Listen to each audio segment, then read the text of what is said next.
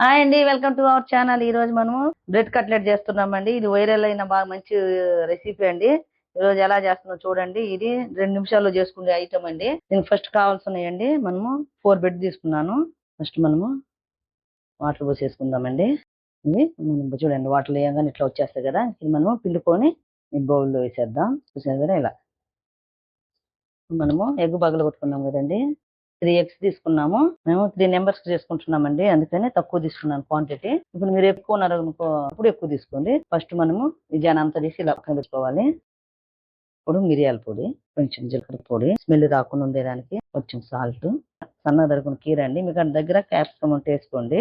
Carrot ముక్క, సన్నగా తురుము పట్టేసాను క్యారెట్, పచ్చిమిర్చి, కొత్తిమీర, ఒక పెద్ద సైజు ఉల్లిపాయ అండి.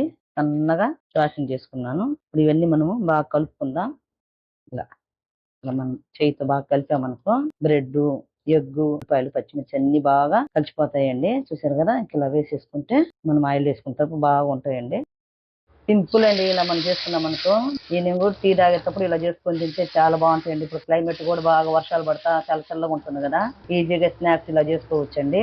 మన ఇంట్లో ఉన్న వస్తువులే అన్ని బయట కొనుక్కొచ్చి ఏం లేవండి. ఇలా సన్నగా చేసుకోవాలండి. మనము చిన్నగా చేసుకున్నాం అనుకో ఇరిగిపోకుండా వస్తాయి. చూసారు కదా ఇలా. చూసారు ఎంత చక్కగా ఉన్నాయో బాగా వచ్చాయండి. చూసారండి ఎంత చక్కగా వచ్చాయి చూడండి. బ్రెడ్ కట్లెట్ ఇలా మీరు కూడా ఈజీగా ఇంట్లో చేసుకోవచ్చండి. చూసారా. ఇంకా మనము ఫ్రాస్ తో సర్వ్ చేసుకుని తింటే చాలా బాగుంటుందండి. చూసారండి ఎమ్మి ఎమ్మి టేస్టీ టేస్టీ బ్రెడ్ కట్లెట్ అండి. ఇలా మీరు కూడా ఇంట్లో ఈజీగా సింపుల్ రెసిపీతో చేసుకొని ఫ్యామిలీ అందరూ హ్యాపీగా తినాలండి. ఓకేనా. వీడియో నచ్చితే లైక్ చేయండి. Okay done.